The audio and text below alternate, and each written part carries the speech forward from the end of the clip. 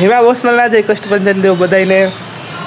આપ જોઈ શકો છો કે જ્યાં આપણે શૂટિંગ કરી છે, જ્યાંનું શૂટિંગ થાય છે મીઠા ટવકાનું, તે આખી જગ્યા છે પાછળ.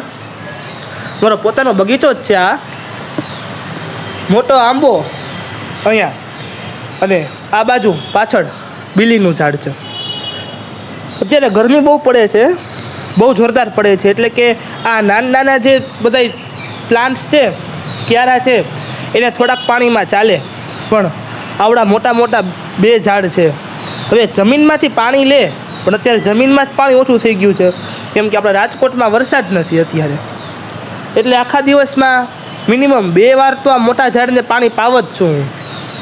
અને આજે જરાક ઝાડને પાણી પાતા થોડુંક પોતે પલળવાનું મન થઈ ગયું, એટલે આજે હું પોતે પણ પલળ્યો છું.